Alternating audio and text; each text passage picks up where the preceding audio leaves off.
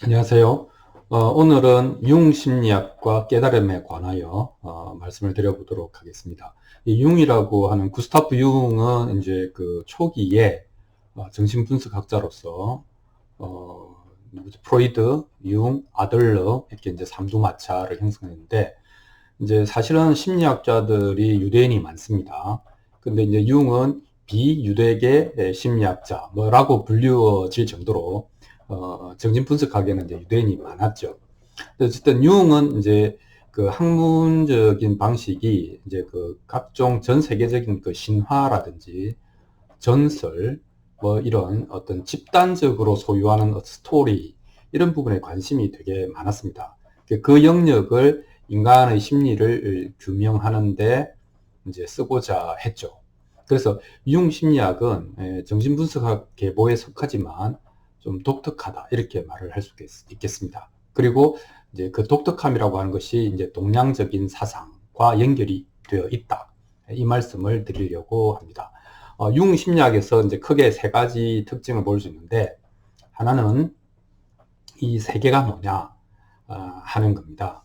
그리고 또 하나는 아주 유명한 말이 있죠. 이분이 쓴 집단 무의식이라는, 보통 무의식은 개인적인 것인데 집단적인 무의식이 있다. 아까 신화나 전설 이런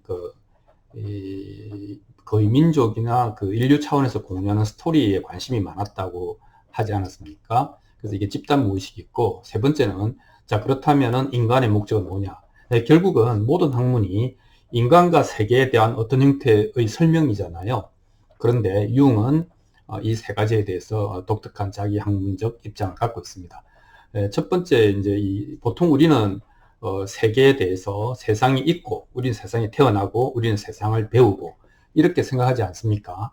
융은 다르게 생각했습니다. 우리가 이 세상에 태어나서 세상을 경험하고 배우는 것이 아니고, 우리는 이 세상과 접하면서 자기 속에 있는, 뭐 마음이겠죠. 자기 속에 있는 세상을 이렇게 내놓는다. 이런 표현을 썼습니다. 그러니까 뒤집어진 거죠. 그러니까 마음속에 이미 세상이 있다라고 이야기를 하는 겁니다. 그리고 그것의 근거가 될 수도 있고 또 그렇게 생각하는 기초가 되는 집단 무의식에 대해서 얘기를 합니다. 이때까지 정신분석학에서 이제 무의식이라고 하는 것은 개인 차원의 기억해내지 못하는, 의식해내지 못하는 여러 가지 이제 그 수면 하의 의식이라고 할 수 있는데, 융은 그것이 아니고 이 무의식이라고 하는 것은 집단적인 것이다. 이렇게 이야기를 했습니다. 그래서 이 개인이 성숙한다라고 하는 것은 이 인류가 공유한 어떤 집단 무의식 전체를 이제 의식화, 내 의식 속으로 각인시키는, 읽어드리는 그런 것이다라고 하는 거죠. 거기 뭐 아니마, 아니무스, 뭐 에고, 그다음 섀도우, 뭐 등등 여러 가지 이제 셀프 이런 등등이 있습니다. 그 구성 요소들이 있는데 어쨌든 그런 것들로 이루어진 집단적인 무의식을 내가 의식화하는, 확인해가는 그런 것을 우리는 인간의 성숙이다 이렇게 표현을 했습니다. 근데 이제 이게 이제 뭐 스즈키라는 사람이 선불교 쪽에 이제 굉장히 대단한 학자이신데 이 불교의 선불교에서 말하는 깨달음이라고 하는 것도 이 아르야식 장식이라고 하는 그 모든 것을 기억하고 축적하고 있는 그 의식, 그 무의식이죠. 그렇게 이제 표현할 수 있는데, 그것을 깨뜨리는 것, 그걸 깨달음이라고 보는데, 융도 마찬가지로, 이 집단 무의식을 완전히 의식한다라고 하는 것을 깨뜨린다는 거죠. 벗어난다는 뜻이잖아요. 그래서 이 집단 무의식을, 극복하는 것, 뭐 이런 것을 이제 깨달음이다. 이렇게 이야기를 했습니다. 그러면 이제 그 융 입장에서 인간은 어떤 존재냐, 인간은 뭘 해야 되는 존재냐라고 하는 것은 이제 융 입장에서는 분명해지는데, 그것은 인간은 성숙해야 될 그 무엇인데, 이때 성숙이라는 말은 융의 단어로 쓰면 individuation, 개인화 이렇게 이야기를 하는 겁니다. 그러니까 우리는 보통 뭐 개인주의 이렇게 이야기하면 서양의 개인주의 뭐 이런 걸 생각하는데, 이때 individuation은 정확하게 그런 반대의 뜻입니다. 그러니까 이것은 첫 번째는 분리할 수 없다. individible이라는 뜻이고, 두 번째는 식별해낼 수 없다. 구분해낼 수 없다라고 하는 뜻이 되겠습니다. 우리는 어떨 때 분리할 수 없고 구분할 수 없습니까?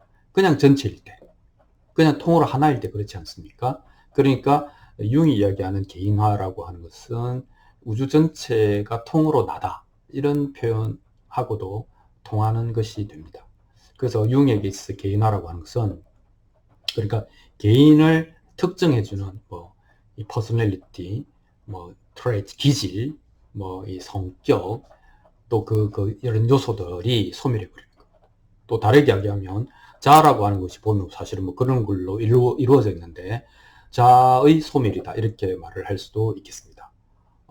그래서 사람 속에서 individuation, 개인화에 도달한 사람을 결코 구분해낼 수가 없을 것이다, 이렇게 표현을 하고, 그 정도로 이제 개인화, 아까 우주 전체와 하나가 된 데 도달한 사람은 이제 붓다나 예수밖에 없을 정도로 쉬운 일은 아니다, 이렇게 이야기를 하는 것이죠. 그래서 사실은 융은 심리학의 탈을 쓰고는 있었지만, 궁극적으로 인간이라고 하는 것은 집단 무의식의 의식화를 통해서 개인화, 즉 우주와의 합일이 아니고 우주가 곧 나다라고 하는 것까지 도달해야 되는 존재, 이렇게 융은 인간을 정의했습니다. 그래서 이제 융이 이런 식으로 이제 이야기할 수 있었던 것은, 아마도 융이 동양학을 많이 했거든요. 공부를 했거든요. 이게 주역 같은 것도 이제 번역서가 나올 때 자기가 선문을 썼고, 아까 이야기한 그 스즈키 교수가 쓴 선불교 입문 같은 것도 그 서문을, 서양에 소개되는 번역서의 서문을 본인이 썼을 정도로 조예가 대단히 깊습니다. 그래서 이 융이 그냥 정신분석학의 한계를 극복하기 위해서 그런 공부를 많이 했다, 이렇게 이야기를 할 수 있겠습니다. 심리학이라고 하는 학문은 이제 마음을 건강하게 매니지하는 게 목적이잖아요. 우리가 생활을 건강하게 할 수 있도록 마음을 건강하게 만들어주는 것이 목적이지만, 융은 그거보다 조금 더 나아간 거죠. 융은 이제 우리는 성숙해야 되는 존재고, 그 다음에 이 성숙이라고 하는 것은 우리가 이야기하는 나를 최우선적으로 생각하는 자아를 갖고는 어렵다, 이렇게 보는 겁니다. 그러니까 그거를 개체아, 이렇게 표현할 수 있는데, 그 개체아의 어떤 욕망과 두려움을 가지고 내가 건강한 마음을 가질 수는 없다, 이렇게 이야기를 합니다. 그래서 이제 이 마음 공부, 정신을 생각하는 쪽에서 생각하는 무아라든지, 그다음 우주화, 이런 개념을 생각하는 것이죠. 물론 현대 심리학에서는 인간이 갖고 있는 욕망과 두려움 자체가 그 진화 생물학적으로 보면, 진화 심리학적으로 보면 그 인간의 생존과 번영의 필수적인 심리적 요소이기 때문에 필요해서 남아있고 발전해 온 것이다, 이렇게 봅니다. 그것도 저는 맞다고 생각을 합니다. 그러나 융은 그걸 넘어서서 개체화를 가지고 인간이 과연 어디까지 갈 수 있느냐, 뻔하다, 이렇게 본 것 같습니다. 자, 저도 그렇게 생각하고, 수많은 이제 동양의 혹은 서양의 깨달은 분들이 그렇게 이야기했고, 또 융도 이제 그런 입장인데, 그러니까 심리적 나라고 하는 것을 가지고서는 결코 평안에 이를 수 없다. 잠시 편안하거나 잠시 안심할 수 있을 뿐이지 곧 파도에 삼켜진다, 이렇게 말을 할 수 있겠네요. 그러면 우리는 왜 마음 공부를 하려고 하나 라고 하는 것에 대해서 우리는 스스로 질문해 볼 필요가 있습니다.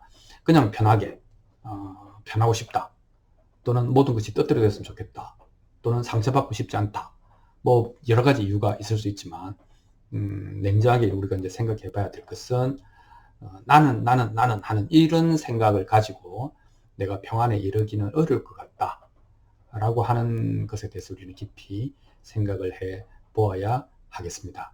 자, 오늘은 융 심리학과 깨달음에 대해서 나는 왜 마음 공부를 하려고 하는가에 대한 생각까지 한번 여러분들과 나누어 보았습니다. 고맙습니다.